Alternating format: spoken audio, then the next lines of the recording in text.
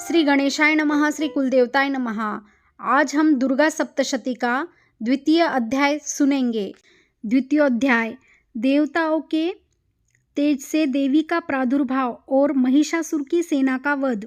ओम मध्यम चरित्र के विष्णु ऋषि, महालक्ष्मी देवता, उष्णिक छंद, शाकंभरी शक्ति, दुर्गा बीज वायु तत्व और यजुर्वेद स्वरूप है।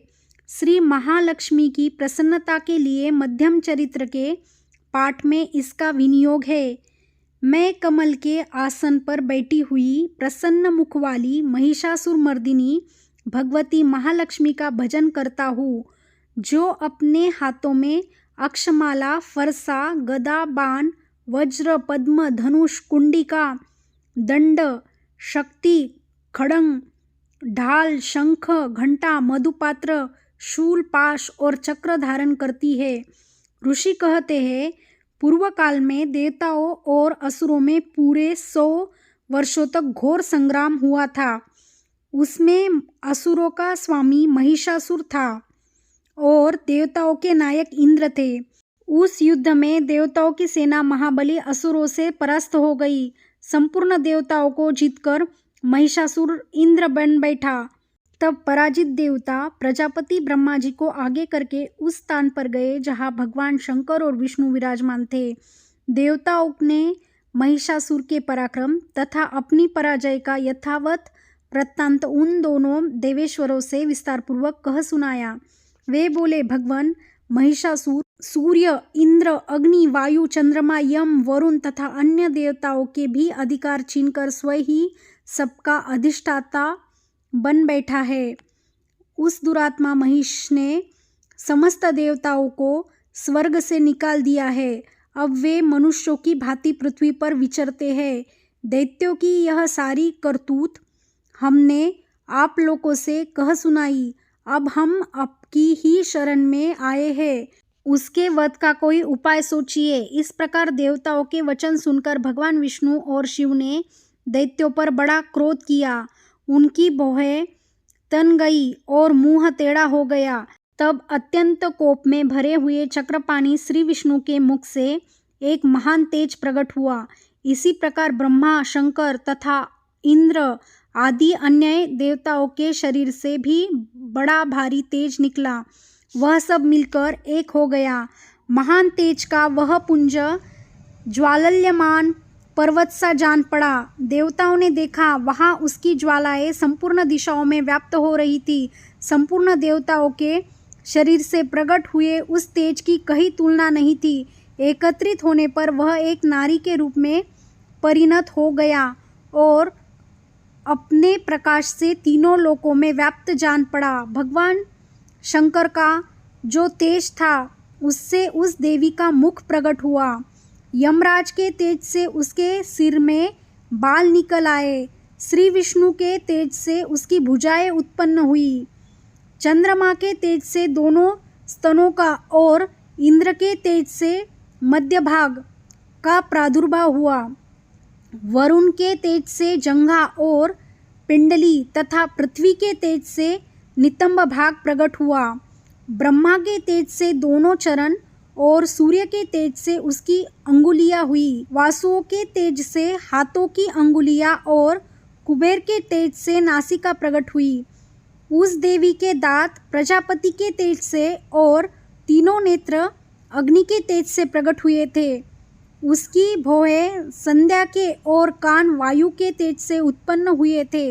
इसी प्रकार अन्य देवताओं के तेज से भी उस कल्याणमयी देवी का आविर्भाव हुआ। तदनंतर समस्त देवताओं के तेज पुंज से प्रकट हुई देवी को देखकर महिषासुर के सताए हुए देवता बहुत प्रसन्न हुए। पिनाकधारी भगवान शंकर ने अपने शूल से एक शूल निकालकर उन्हें दिया। फिर भगवान विष्णु ने भी अपने चक्र से चक्र उत्पन्न करके भगवती को अर्पण किया। वरुण ने भी शंख भेंट किया। अग्नि ने उन्हें शक्ति दी और वायु ने धनुष तथा बाण से भरे हुए 2 तरकस प्रदान किए।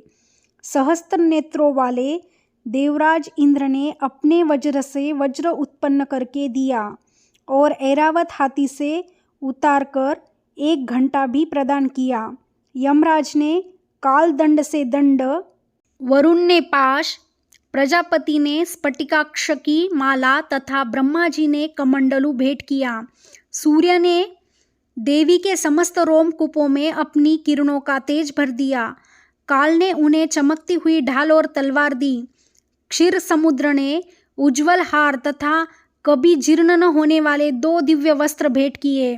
साथ ही उन्होंने दिव्य चूड़ामणि, 2 कुंडले, कड़े, उज्जवल अर्धचंद्र, सब बाहुओं के लिए केयूर, दोनों चरणों के लिए निर्मल नुपुर, गले की सुंदर हसली और सब अंगुलियों में पहनने के लिए रत्नों की बनी अंगूठियां भी दी। विश्वकर्मा ने उन्हें अत्यंत निर्मल फरसा भेंट किया। साथ ही अनेक प्रकार के अस्त्र और अभेद्य कवच दिए। इनके सिवा मस्तक और वक्षस्थल पर धारण करने के लिए कभी न कुम्हलाने वाले कमलों की मालाएं दी। जलधि ने उन्हें सुंदर कमल का फूल भेंट किया। हिमालय ने सवारी के लिए सिंह तथा भांति भांति के रत्न समर्पित किए। धनाध्यक्ष कुबेर ने मधु से भरा पान पात्र दिया तथा संपूर्ण नागों के राजा शेष ने, जो इस पृथ्वी को धारण करते हैं, उन्हें बहुमूल्य मणियों से विभूषित नागहार भेंट दिया। इसी प्रकार अन्य देवताओं ने भी आभूषण और अस्त्र शस्त्र देकर देवी का सम्मान किया। तत्पश्चात उन्होंने बारंबार अट्टहासपूर्वक उच्च स्वर से गर्जना की। उनके भयंकर नाद से संपूर्ण आकाश गूंज उठा। देवी का वह अत्यंत उच्च स्वर से किया हुआ सिंहनाद कहीं समा न सका। आकाश उसके सामने लघु प्रतीत होने लगा। उससे बड़े जोर की प्रतिध्वनि हुई, जिससे संपूर्ण विश्व में हलचल मच गई और समुद्र कांप उठे। पृथ्वी डोलने लगी और समस्त पर्वत हिलने लगे। उस समय देवताओं ने अत्यंत प्रसन्नता के साथ सिंहवाहिनी भवानी से कहा, देवी तुम्हारी जय हो। साथ ही महर्षियों ने भक्तिभाव से विनम्र होकर उनका स्तवन किया। संपूर्ण त्रिलोकी को क्षोभग्रस्त देख दैत्यगण अपनी समस्त सेना को कवच आदि से सुसज्जित कर हाथों में हथियार ले सहसा उठकर खड़े हो गए। उस समय महिषासुर ने बड़े क्रोध में आकर कहा, यह क्या हो रहा है। फिर वह संपूर्ण असुरों से घिरकर उस सिंहनाद की ओर लक्ष्य करके दौड़ा और आगे पहुंचकर उसने देवी को देखा, जो अपनी प्रभा से तीनों लोकों को प्रकाशित कर रही थी। उनके चरणों के भार से पृथ्वी दबी जा रही थी। माथे के मुकुट से आकाश में रेखा सी खींच रही थी तथा वे अपने धनुष की टकार से 7 पातालों को क्षुब्ध किए देती थी। देवी अपनी हजारों भुजाओं से संपूर्ण दिशाओं को आच्छादित करके खड़ी थी। तदनंतर उनके साथ दैत्यों का युद्ध छिड़ गया। नाना प्रकार के अस्त्र शस्त्रों के प्रहार से संपूर्ण दिशाएं उद्भासित होने लगी। चिक्षुर नामक महान असुर महिषासुर का सेनानायक था। वह देवी के साथ युद्ध करने लगा। अन्य दैत्यों की चतुरंगणी सेना साथ लेकर चामर भी लड़ने लगा। 60,000 रथियों के साथ आकर उदग्र नामक महादैत्य ने लोहा लिया। 1 करोड़ रथियों के साथ लेकर महाहनु नामक दैत्य युद्ध करने लगा, जिसके रोए तलवार के समान तीखे थे। वह असिलोमा नामक महादैत्य 5 करोड़ रथी सैनिकों सहित युद्ध में आ डटा। 60 लाख रथियों से घिरा हुआ बाष्कल नामक दैत्य भी उस युद्ध भूमि में लड़ने गया। परिवारित नामक राक्षस हाथी सवार और घुड़सवारों के अनेक दलों तथा 1 करोड़ रथियों की सेना लेकर युद्ध लड़ने लगा। बिडाल नामक दैत्य 5 अरब रथियों से घिरकर लोहा लेने लगा। इनके अतिरिक्त और भी हजारों महादैत्य रथ, हाथी और घोड़ों की सेना साथ लेकर वहां देवी के साथ युद्ध करने लगे। स्वयं महिषासुर उस रणभूमि में कोटि कोटि सहस्त्र रथ, हाथी और घोड़ों की सेना से घिरा हुआ खड़ा था। वे दैत्य देवी के साथ तोमर, भिंदीपाल, शक्ति, मुसल, खड़ंग, परशु और पट्टिश आदि अस्त्र शस्त्रों का प्रहार करते हुए युद्ध कर रहे थे। कुछ दैत्यों ने उन पर शक्ति का प्रहार किया, कुछ लोगों ने पाश फेंके तथा कुछ दूसरे दैत्यों ने खड्ग प्रहार करके देवी को मार डालने का उद्योग किया। देवी ने भी क्रोध में भरकर खेल खेल में ही अपने अस्त्र शस्त्रों की वर्षा करके दैत्यों के वे समस्त अस्त्र शस्त्र काट डाले। उनके मुख पर परिश्रम या थकावट का रंच मात्र भी चिन्ह नहीं था।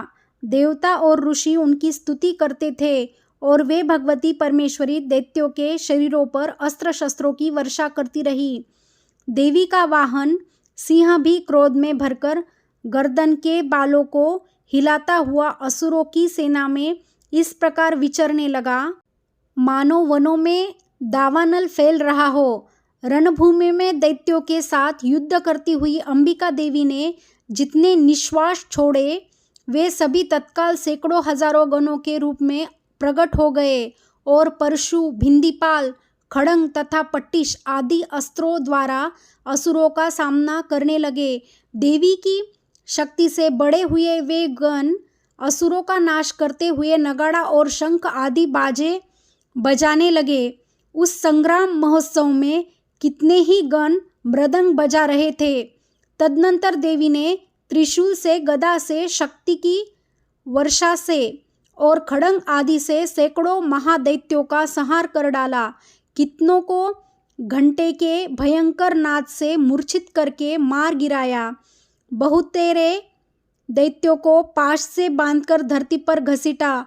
कितने ही दैत्य उनकी तीखी तलवार की मार से दो दो टुकड़े हो गए। कितने ही गदा की चोट से घायल हो धरती पर सो गए।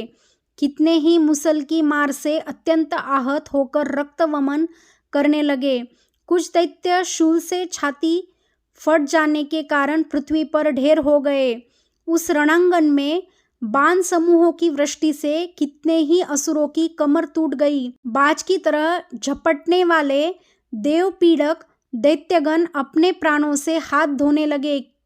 किन्हीं की बाहें छिन्न भिन्न हो गई, कितनों की गर्दनें कट गई। कितने ही दैत्यों के मस्तक कट कट कर गिरने लगे। कुछ लोगों के शरीर मध्य भाग में ही विदीर्ण हो गए। कितने की महादैत्य जांघें कट जाने से पृथ्वी पर गिर पड़े। कितनों को ही देवी ने एक बाह, एक पैर और एक नेत्र वाले करके दो टुकड़ों में चीर डाला। कितने ही दैत्य मस्तक कट जाने पर भी गिरकर फिर उठ जाते और केवल धड़ के ही रूप में अच्छे अच्छे हथियार हाथ में ले देवी के साथ युद्ध करने लगते थे। दूसरे कबंध युद्ध के बाजों की लय पर नाचते थे। कितने ही बिना सिर के धड़ हाथों में खड्ग शक्ति और रुष्टि लिए दौड़ते थे तथा दूसरे दूसरे महादैत्य ठहरो ठहरो यह कहते हुए देवी को युद्ध के लिए ललकारते थे।